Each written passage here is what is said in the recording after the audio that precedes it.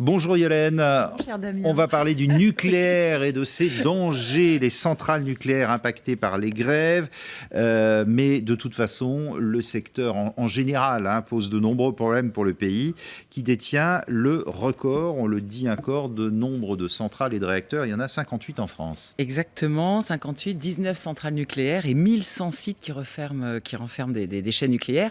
Or, ce qui est inquiétant, c'est que 80% de ces réacteurs auront dépassé les 30 ans d'âge limite de fonctionnement en 2017. Donc c'est demain. Et puis on le sait que c'est une industrie dangereuse, il y a des problèmes de transport, rejet de substances, on va en parler tout à l'heure, dans les eaux et dans les airs. Les accidents, toujours susceptibles d'arriver, on va en parler aussi. Puis les fameux déchets enfouis, parce qu'on ne sait pas très bien quoi faire d'autre.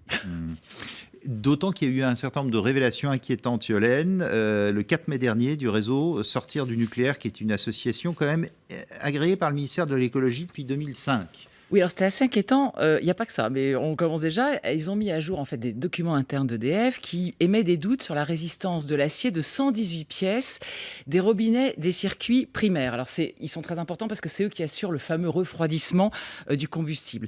Et ça serait sur 31 réacteurs nucléaires qui pourraient rompre brutalement. Donc c'est un peu inquiétant. Et Sortir du nucléaire dénonce justement, je cite, une grave mise en danger des populations et demande l'arrêt le plus rapide possible de ces 31 réacteurs. Mais ce n'est pas fini. Rien que ça.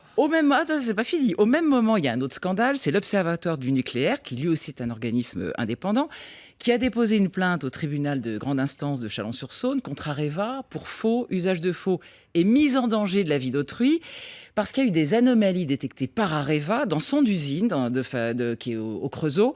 Toujours dans la fabrication de l'acier, décidément, il y a un problème. À certains endroits. Voilà, l'acier qui a permis de fabriquer la cuve du réacteur EPR, le fameux réacteur hyper moderne EPR de Flamanville. Donc, d'après l'Observatoire, et là je cite aussi, ces malfaçons sont actuellement en service dans le parc nucléaire français, mais aussi à l'étranger, faisant très probablement courir un risque immédiat. Or, il y a eu des accidents nucléaires déjà. On nous dit toujours qu'il n'y en a pas eu, c'est pas vrai. Il y en a eu, j'en cite juste un parce que là, on en aurait pour des heures. En 2008, à Tricastin, on a rejeté 75 kilos d'uranium dans l'environnement. L'uranium, c'est extrêmement dangereux dans les eaux et dans les rivières. Mais à chaque fois, vous savez, on nous dit que c'est pas grave, qu'il n'y a pas de souci, tout va très bien. Et sur ces malfaçons des pièces, d'ailleurs, l'ASN, le gendarme du nucléaire, dit rien n'est résolu. On étudie toujours le problème, alors que le gouvernement, et Ségolène Royal en tête, elle dit non, pour l'instant, les premiers résultats sont positifs. Autre son de cloche de l'ASF. Autre danger, ces déchets nucléaires qui vont rester actifs pendant des milliers d'années. On ne sait toujours pas où les mettre. Alors, on ne sait pas où les mettre. Il y a ceux qui ont une vie courte, 300 ans, c'est quand même pas mal. Ceux qui ont une vie longue, surtout plusieurs milliers d'années, on ne sait pas quoi en faire. On les retraite, mais si vous les retraitez, vous avez encore des déchets. On les retraite pour le monde entier, d'ailleurs. Voilà, sinon on les enfouit. Il y a actuellement un projet, le projet CIGEO, pour les enfouir à Bure, dans la Meuse, mais la population n'a pas du tout envie. Et dimanche, justement, il y a une manif contre ce projet, parce que personne n'a envie d'avoir des déchets comme ça après chez soi. Ouais. Et ça, c'est toujours pas réglé. Non. Comment réagit le gouvernement ? En 2012, François Hollande, on s'en souvient, avait promis de baisser la part du nucléaire de 75% à 50% de la production électrique d'ici 2025.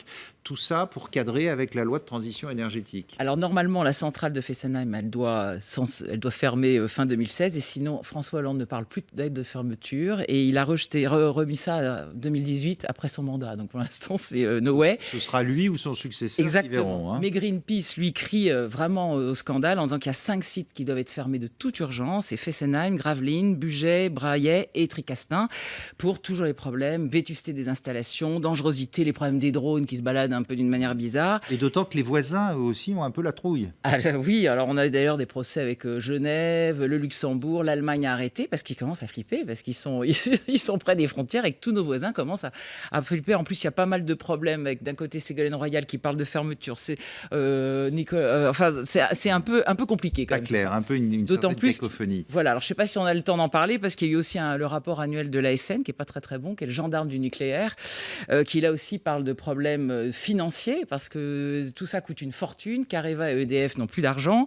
Et vous savez qu'EDF est en train d'amorcer son programme de grand carénage, c'est-à-dire c'est des grands travaux pour réhabiliter ces centrales pour 40 ou 60 années. Le chantier est estimé à plus de 50 milliards d'euros. Donc où trouver l'argent ? Et on sait d'ores et déjà qu'on ne pourra pas tout faire. On ne pourra pas tout faire. Donc la conclusion de la plupart des gens, c'est qu'il faut arrêter de faire EPR et de se lancer dans des grandes centrales formidables. On ferait mieux de s'occuper déjà de celles qui existent aujourd'hui parce qu'on freine, enfin on est n'est pas loin de la grande catastrophe, et d'un point de vue sécurité, d'un point de vue industriel et d'un point de vue financier. Est-ce que justement, en ce moment où on sait qu'il y a 16 centrales nucléaires qui sont en grève, enfin en partie, ça pose des problèmes du point de vue sécuritaire? Non, ou pas? alors ça, non. Il peut y avoir des coupures d'électricité, c'est tout. Mais il y aura pas de problème à ce niveau-là. Non, mais par contre, la conclusion, vraiment, c'est allons-y pour les énergies renouvelables. Je crois que vraiment, on a toutes les preuves que vraiment, il faut que les Français se mettent à Et ce qui est en l'énergie train renouvelable. de faire plus l'Allemagne que nous. Oui, bien sûr, on a pris beaucoup de retard parce qu'il y a un lobby du nucléaire qui a freiné les énergies renouvelables. Et aujourd'hui, on est vraiment,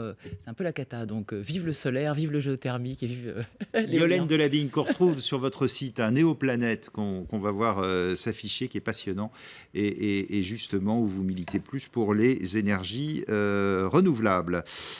On part au cœur de l'Europe à présent.